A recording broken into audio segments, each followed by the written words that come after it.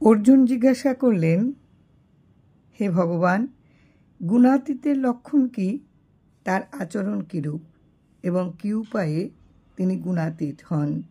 শ্রী ভগবান বললেন, হে পাণ্ডব, গুণত্রয়ের কার্য প্রকাশ প্রবৃত্তি ও মোহ আবির্ভূত হইলে যিনি দেশ করেন না এবং এই সকল নিবৃত্ত হইলে যিনি আকাঙ্ক্ষা করেন না, তিনিই গুণাতীত।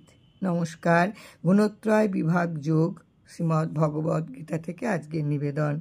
উদাসীন ব্যক্তি যেমন কাহারও পক্ষ অবলম্বন করেন না, সেইরূপ যিনি গুণ কার্যের দ্বারা আত্মস্বরূপ দর্শনরূপ অবস্থা হইতে বিচ্যুত হন না এবং গুণ সকল গুণে প্রবৃত্ত এইরূপ জানিয়া কূটস্থ জ্ঞানেই অবিচলিতভাবে অবস্থান করেন এবং আত্মস্বরূপে অবস্থিত থাকেন, তিনি গুণাতীত।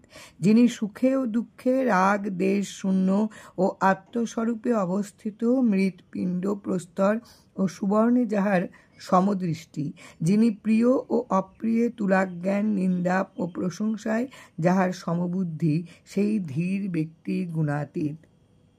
যিনি সম্মান ও অপমানে নির্বিকার, যিনি শত্রুপক্ষে নিগ্রহ ও মিত্রপক্ষে অনুগ্রহ করেন না, যিনি দৃষ্টাদৃষ্ট ফলার্থ সকল কর্ম ত্যাগ করিয়া কেবলমাত্র দেহধারণ উপযোগী কর্মের অনুষ্ঠান করেন, তিনিই গুণাতীত বলিয়া কথিত হন। জয় রাম, জয় রাম।